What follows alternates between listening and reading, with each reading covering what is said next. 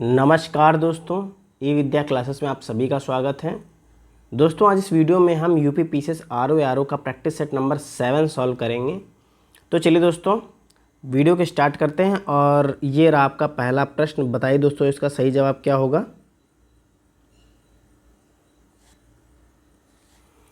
दोस्तों पहला प्रश्न है, सही वर्तनी वाला शब्द कौन सा है। आपको बताना है सही वर्तनी वाला शब्द कौन सा है।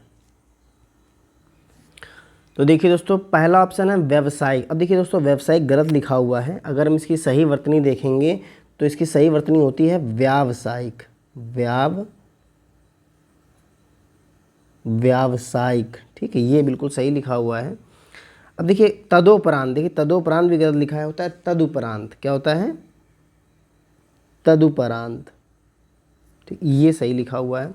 ऐच्छिक की बात करें, ऐच्छिक होता है, ये इच्छिक लिखा है, यानी ये भी गलत है। देखिए इस तरह लिखा जाता है ऐच्छिक, ठीक है। तो ये इनकी शुद्ध वर्तनियाँ हैं।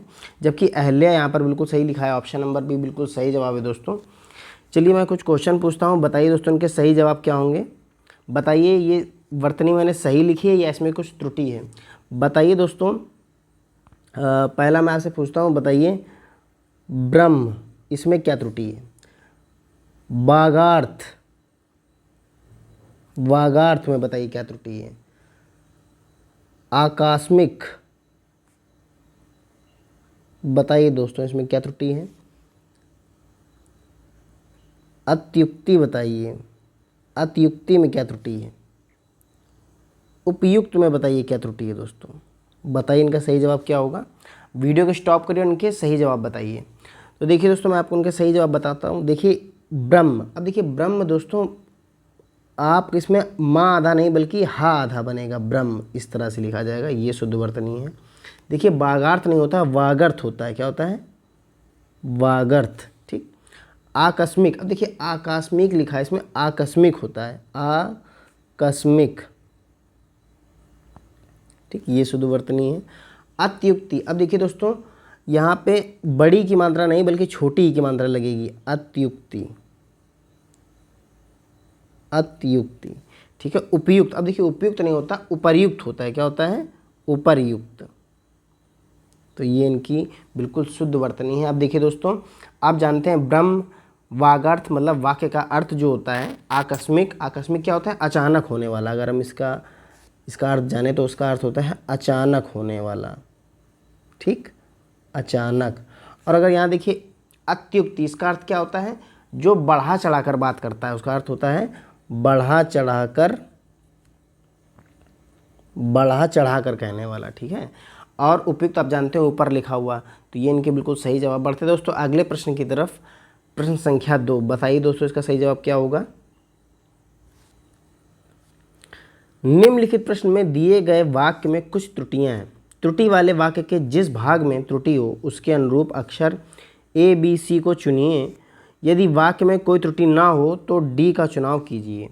अब देखिए दोस्तों यहाँ आपको प्रश्न दिया है, कृष्ण बंसी बजाते थे, या कोई त्रुटि नहीं। अब बताइए दोस्तों इसमें इसका सही जवाब क्या है। तो देखिए दोस्तों मैं आपको इसका सही जवाब बताता हूँ। देखिए कृष्ण बंसी नहीं होता, वंशी होता है। क्या होता है? वंशी।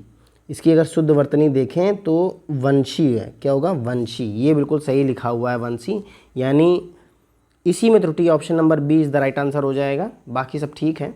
आगे बढ़ते हैं अगले प्रश्न की तरफ। प्रश्न संख्या 3, बताइए दोस्तों इसका सही जवाब क्या होगा। निम्न में से शुद्ध वर्तनी का चयन कीजिए। अब देखिए इनमें से जो शुद्ध वर्तनी वो आपको बतानी है। देखिए यहाँ पर गर्मी गलत लिखा हुआ है। गर्मी आप जानते हैं किस तरह लिखा जाता है? गर्मी, ठीक, ये शुद्ध वर्तनी है।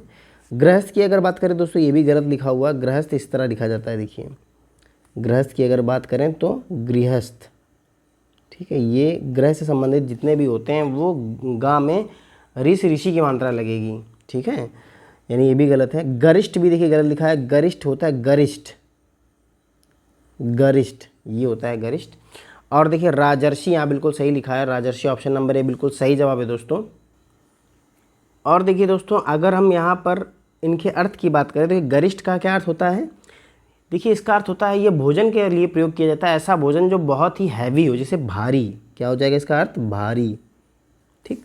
गृहस्थ होता है जो घर बनाकर अपने परिवार के साथ रहने वाला, यानी घर बनाकर परिवार के साथ रहने वाला।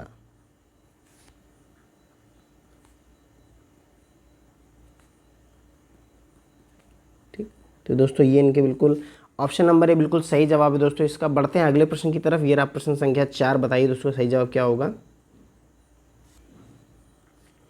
निम्नलिखित प्रश्न में दिए गए वाक्य में कुछ त्रुटियां हैं। त्रुटि वाले वाक्य के जिस भाग में त्रुटि हो उसके अनुरूप अक्षर ए बी सी का चुनिए।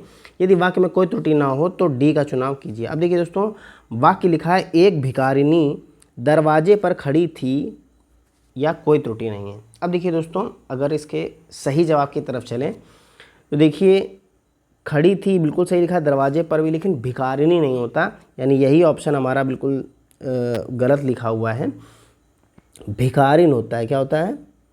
भिखारिन, भीख मांगने वाली स्त्री, भिखारिन क्या होता है?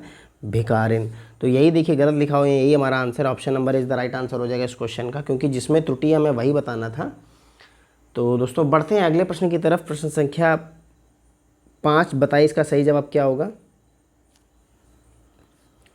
निम्नलिखित में से शुद्ध वर्तनी का चयन कीजिए।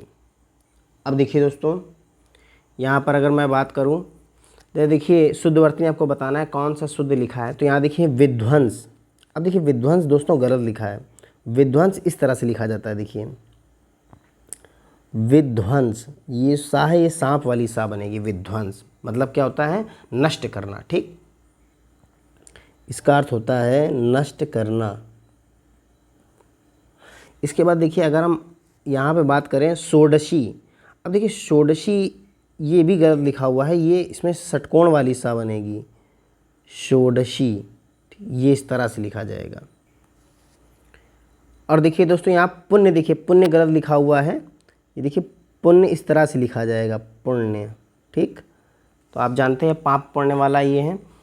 निषिद्ध देखिए बिल्कुल सही लिखा है निषिद्ध। निषिद्ध का अर्थ होता है मना करना, निषिद्ध या जहाँ मनाही हो। ठीक है, और अगर बात करें षोडशी की तो षोडशी का अर्थ होता है 16 वर्ष की।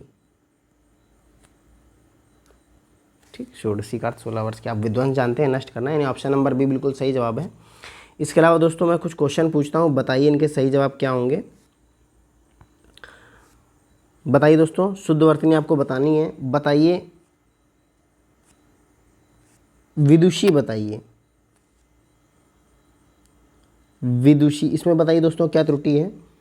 बताइए शुश्रूषा में क्या त्रुटि है। शुश्रूषा में बताइए।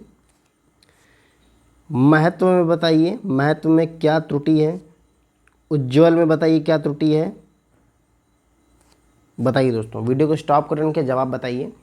अब देखिए दोस्तों विदुषी, देखिए विदुषी होता है ना कि विदुषी। तो यहाँ देखिए अगर शुद्ध वर्तनी की बात करें तो ये देखिए विदुषी हो जाएगा। ठीक है, जिसका अर्थ होता है विद्वान स्त्री। क्या होता है? विद्वान स्त्री। अब अगर आगे देखिए शुश्रूषा लिखा है, शुश्रूषा, शुश्रूषा नहीं होता, शुश्रूषा होता है, शुश्रूषा। ठीक, इसका अर्थ होता है शुश्रूषा का मतलब होता है सुनने की इच्छा। क्या होता है? सुनने की इच्छा। आगे बात करें महत्व। अब देखिए महत्व में दोस्तों जो ता है वो 2 आधेता बनते हैं, महत्व इस तरह से। ठीक है, महत्व 2 आधेता बनेंगे। महत्व आप जानते हैं महत्ता।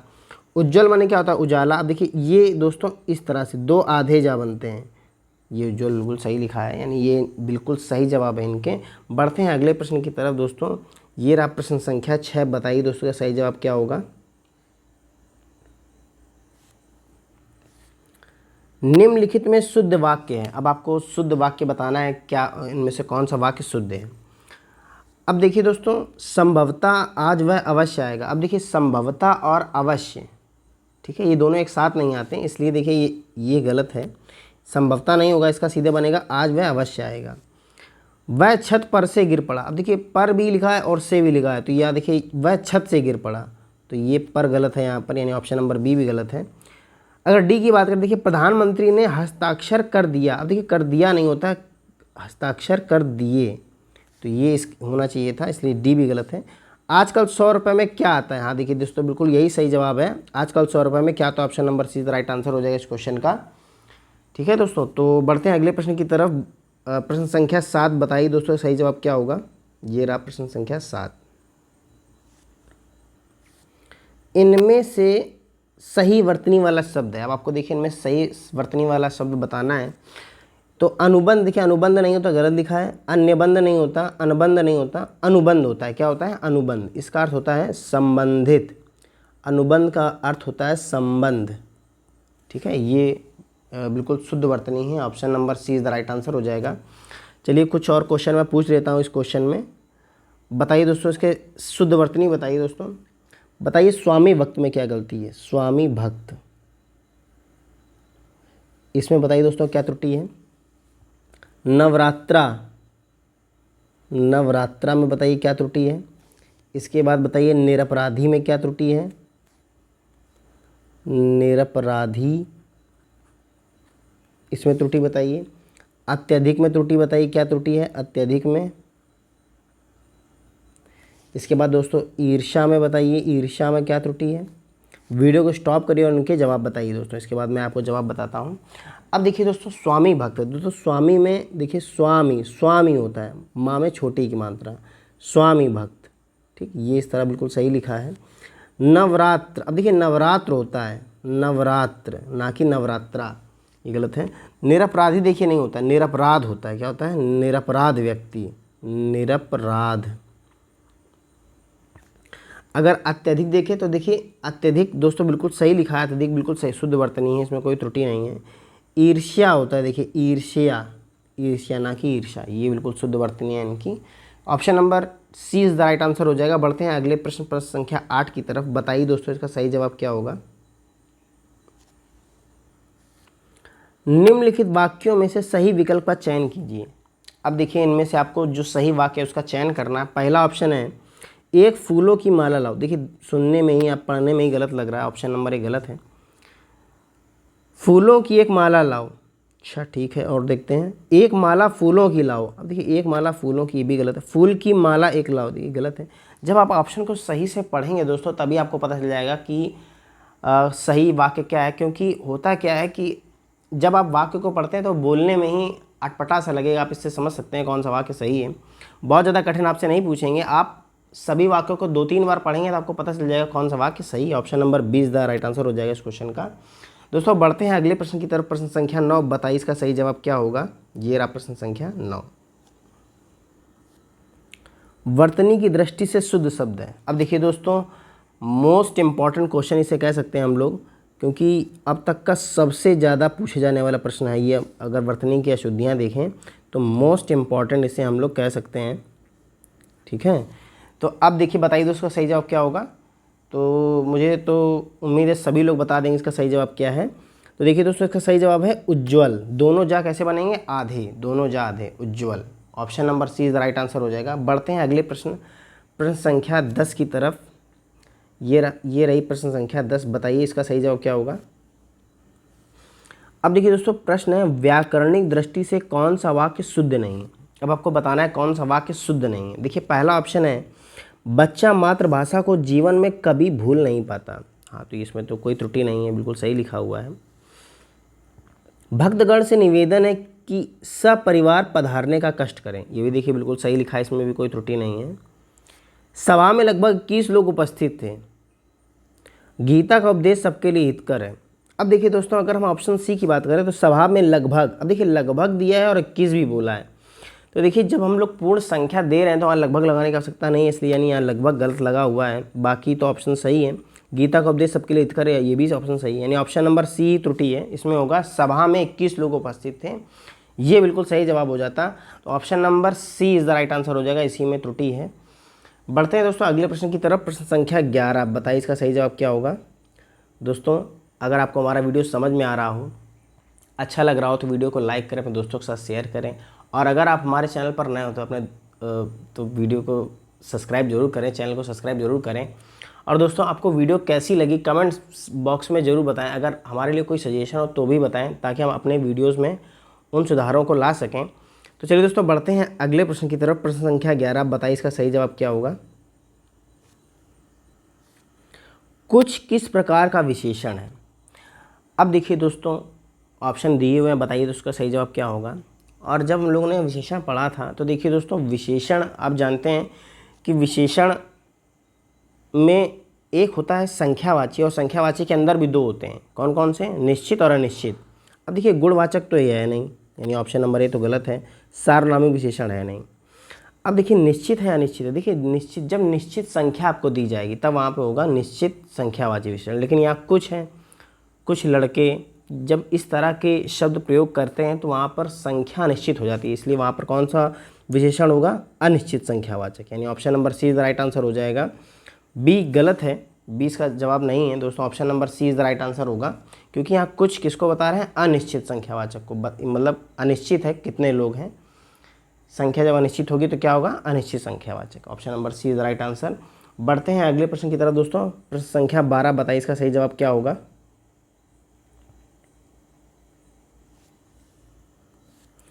निम्नलिखित शब्दों में से संज्ञा शब्द से बना विशेषण छांटिए। अब देखिए दोस्तों, यहाँ संज्ञा शब्द की अगर बात करें तो देखिए पहला लिखा है कमाऊ, तो कमाऊ किससे बनेगा? कमाना से। ठीक, कमाना से बनेगा कमाऊ। अब कमाना क्रिया है, तो क्रिया से यहाँ पर ये विशेषण बन रहा है, इसलिए हमारा आंसर नहीं है। पियक्कड़, पियक्कड़ देखिए पीना से बनेगा, पीना क्रिया है और इससे बनेगा पियक्कड़, इसलिए ये भी क्रिया से बन रहा है विशेषण, इसलिए ये भी हमारा आंसर नहीं है।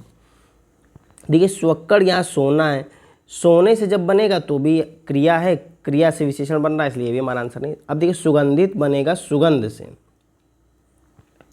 और सुगंध होती है भाववाचक संज्ञा, इसलिए दोस्तों यही बिल्कुल सही जवाब है कि संज्ञा से विशेषण बन रहा है। Option number C is the right answer हो जाएगा।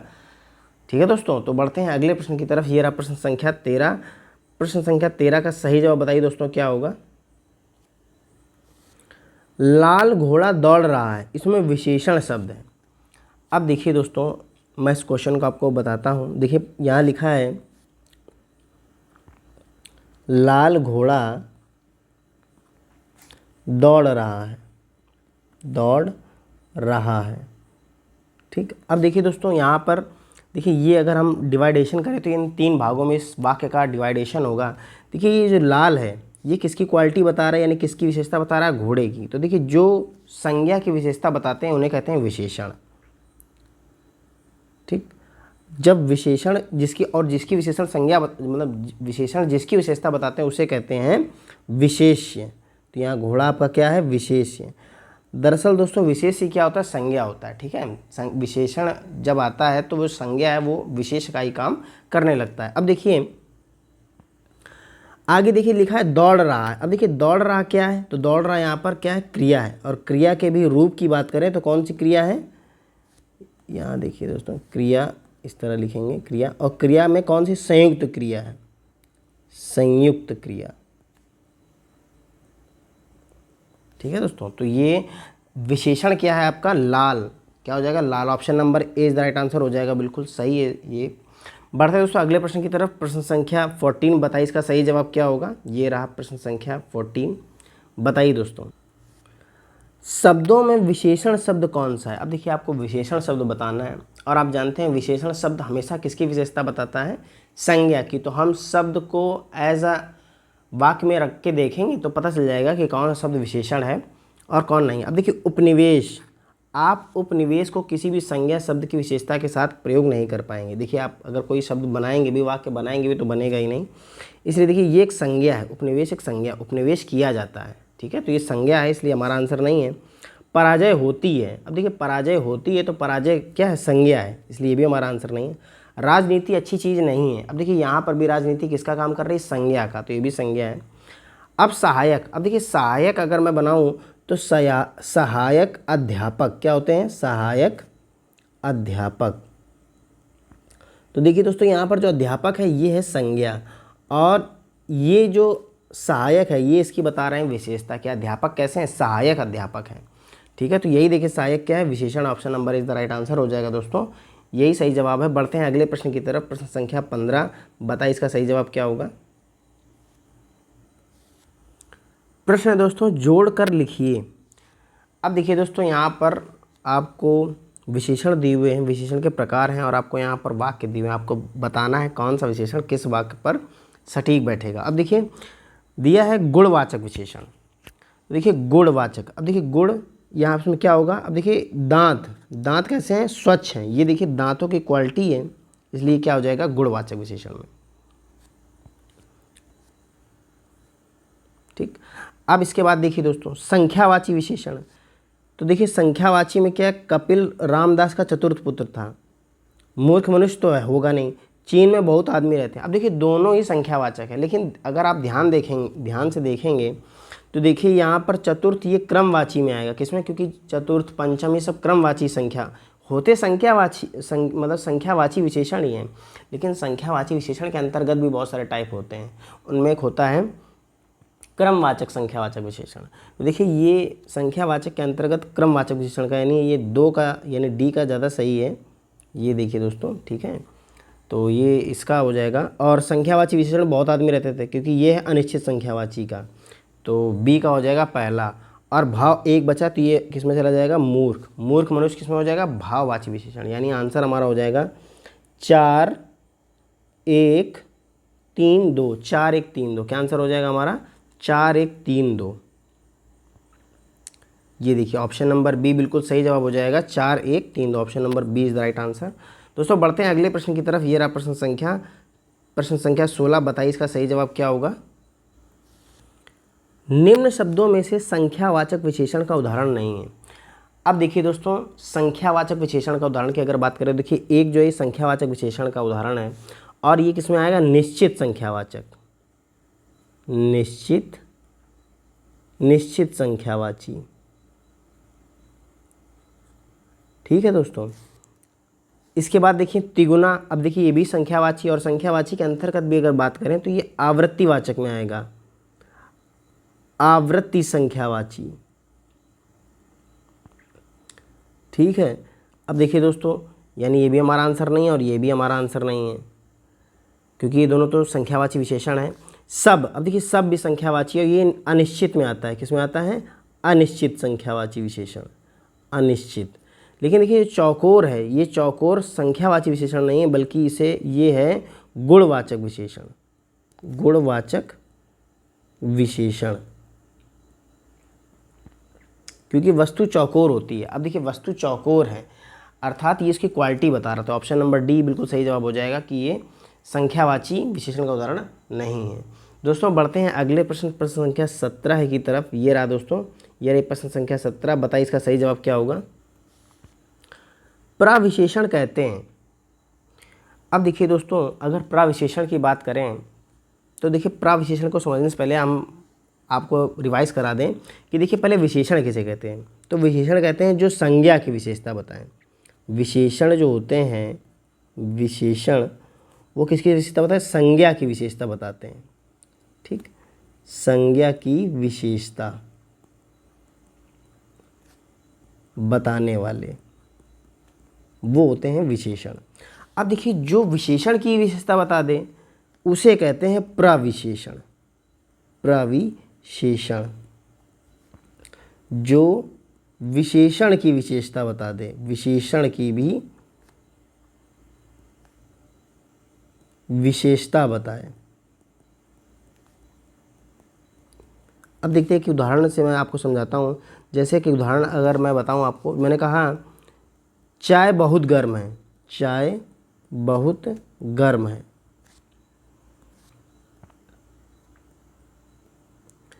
अब देखिए दोस्तों यहाँ मैंने लिखा चाय बहुत गर्म है। अब देखिए चाय ये क्या है, आपका संज्ञा है। ठीक, ये आपकी संज्ञा है और संज्ञा की विशेषता है कि गर्म। चाय कैसी है, गर्म है। अब ये हो गया गर्म, क्या है, विशेषण हो गया, क्योंकि ये चाय की विशेषता बता रही है। ये जो गर्म है ये चाय की विशेषता बता रही है कि चाय बहुत गर्म है। अब ये विशेषण हो गया। अब देखिए चाय गर्म तो है लेकिन गर्म में भी बहुत गर्म है।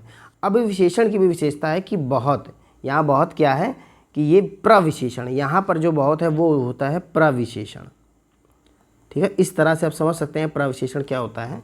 तो देखिए वो क्या होता है, परिमाण बोधक विशेषण को नहीं, सार्वनामिक विशेषण को नहीं, संख्यावाचक विशेषण को नहीं, विशेषण के विशेषण को। Option number D is the right answer हो जाएगा। ठीक है दोस्तों, तो बढ़ते हैं अगले प्रश्न की तरफ। ये रही प्रश्न संख्या 18। बताइए इसका सही जवाब क्या होगा, बताइए दोस्तों।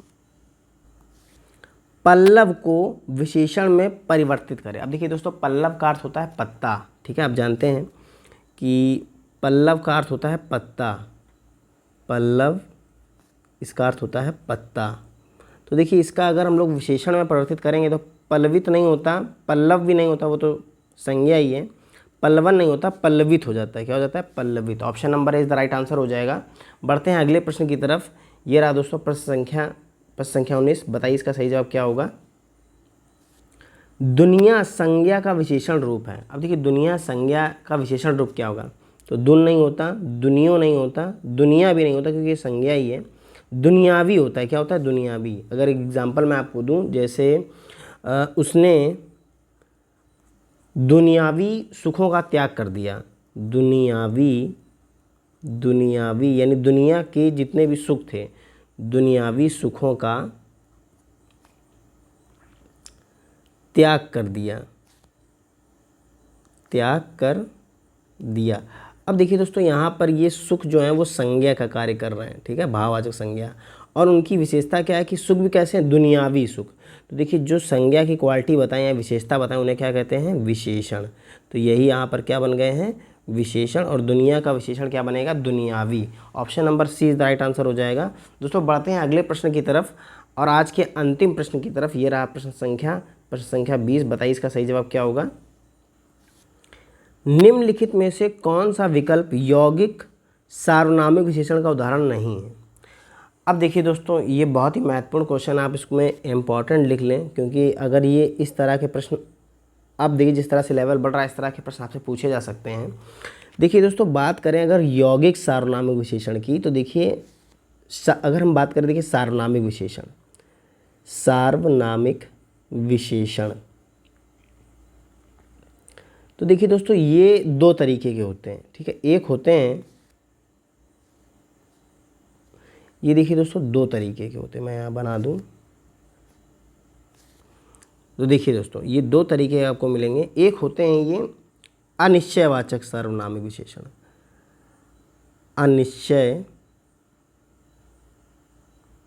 अनिश्चयवाचक होते हैं एक, और एक होते हैं दोस्तों यौगिक सार्वनामिक विशेषण, यौगिक सार्वनामिक, ठीक। अब जो यही पूछा है यौगिक सार्वनामिक विशेषण। अब देखिए दोस्तों, अनिश्चयवाचक जो विशेषण होते हैं, मतलब अनिश्चयवाचक सार्वनामिक विशेषण जो होते हैं, उनमें आते हैं जैसे कोई, कुछ, इस तरह के, ठीक है। तो ये अनिश्चयवाचक सार्वनामिक विशेषण। आप जानते हैं सार्वनामिक विशेषण क्या होते हैं? जब सर्वनाम विशेषण की तरह प्रयोग हो, ठीक है। जैसे कोई आया है, ठीक है ना, तो अब ये कोई आया है, यह सार्वनामिक विशेषण है। अब देखिए यौगिक सार्वनामिक विशेषण क्या होते हैं? ये देखिए हमेशा अपने पेयर में आते हैं, जैसे कि जितना